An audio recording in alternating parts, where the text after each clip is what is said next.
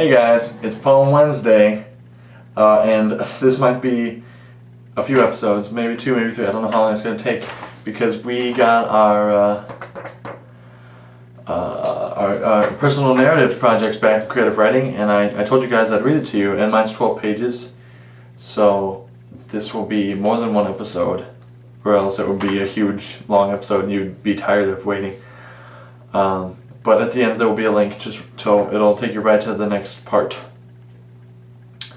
And yeah, I'm gonna get right into it. Except first, you know, what kind of room has towels? A bathroom, and yes, I'm sitting on the toilet. And look at that, my pants are on.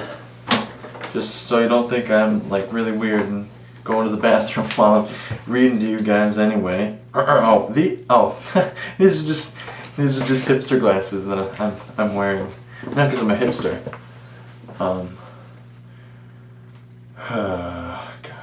they just, I don't know. I just kind of like them. And they don't look that bad on me. I kind of thought they did. But when my hair is right, they don't look that bad. Like before, it just made me look nerdy. Except they don't really go over my nose, because my nose is really big. And they don't go, I just look like a huge nerd. Girls. I like girls. Okay. Transition. One man's pain is another man's reason to laugh. Did you ever wonder what it would be like to get slapped in the face by a lake, or lose a nut and not find it until much later in the day? Do you want to know what it's like to barrel roll across the water, or get your trunks pulled halfway down your thighs? Well, let me tell you, it's the most amazing thing you'd ever do. Over this past summer, my best friend James T. Bosch took me with his family on their annual vacation. Overall, it was one of the best vacations I've ever been on, and I needed it. All summer, I was completely freaking out about being a senior this year. It's time to grow up, finish high school, and go to college. Adulthood.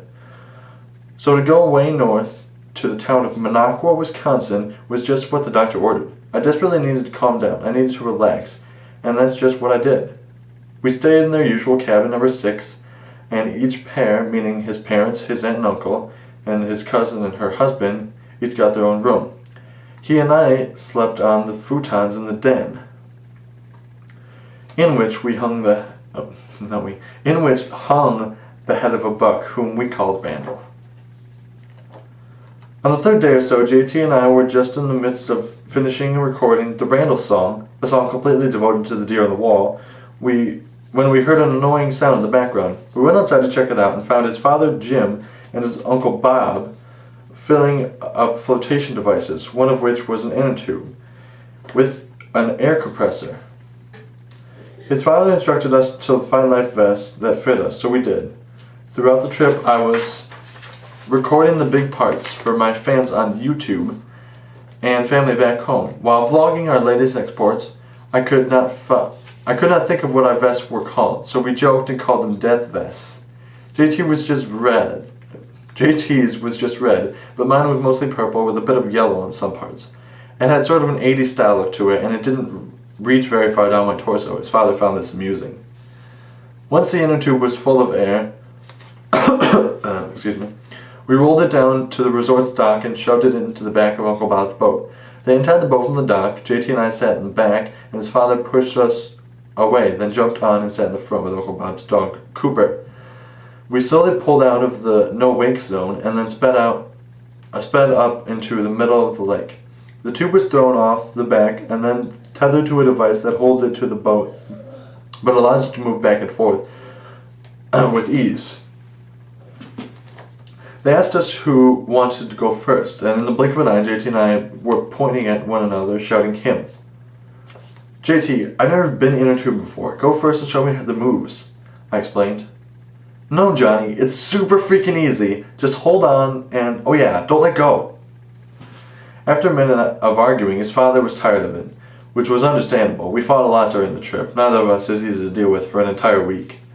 It was decided that we'd go together. I jumped off the side of the boat and expected the life vest to keep me on the surface. I was very mistaken. As I floated a few feet down, it hit me that it might take a bit to float back up. So I kicked the water below me as I cursed gravity. I returned to the surface a few feet from where I jumped in and a few feet closer to the inner tube.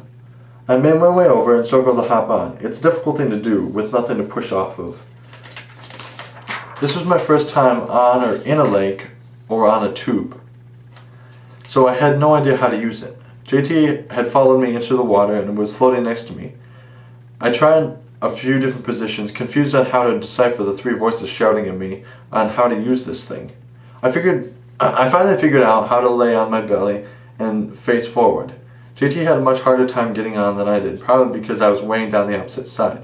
I put my arm out to... Oh my god, there's a spelling mistake and I turned this in.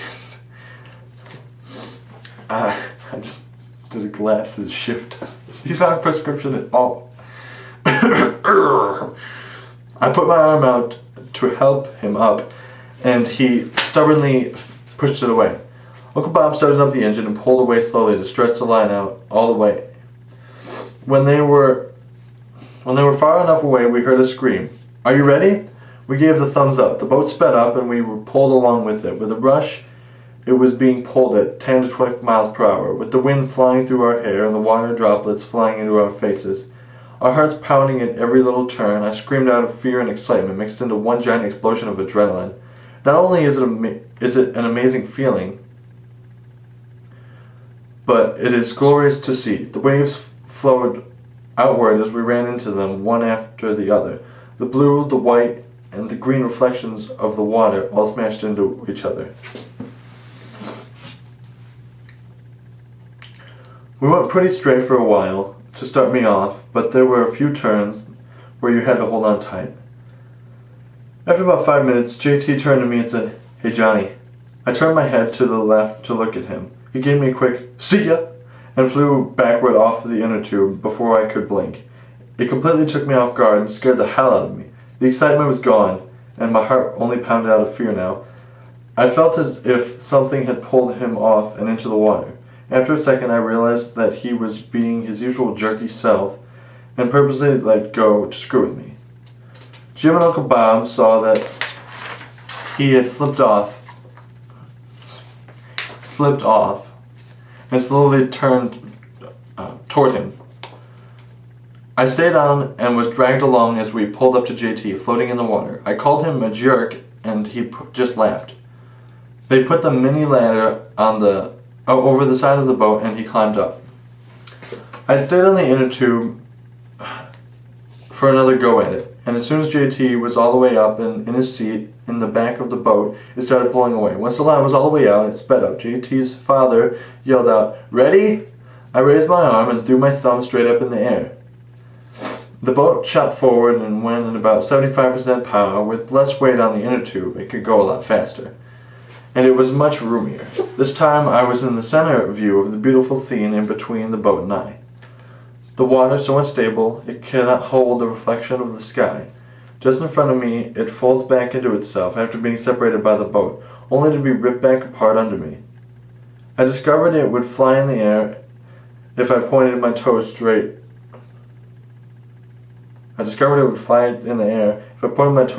Down into the water. Being alone, I was the slightest bit worried about whether or not I could hold on as I rounded the first turn. It wasn't that bad, just hold tight. They dragged me along toward another turn. Whilst inner tube... I like using the word whilst.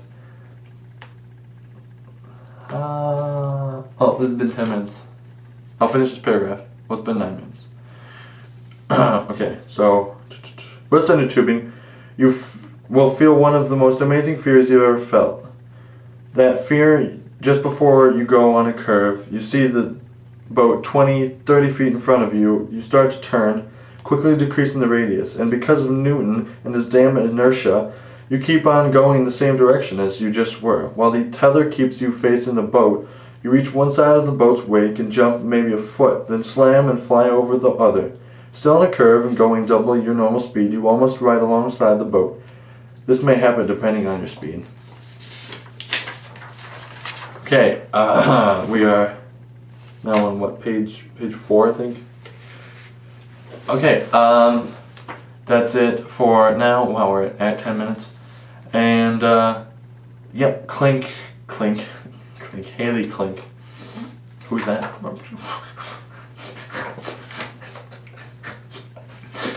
I don't know anybody with that name. Okay. So yeah, I guess maybe these would be 10 minutes each. So that there might be, what, 3 videos, so 30 minutes. Click on my face. No, click on my glasses. Click on my glasses. I won't move. Click on my glasses to jump to the next video. And are you still here?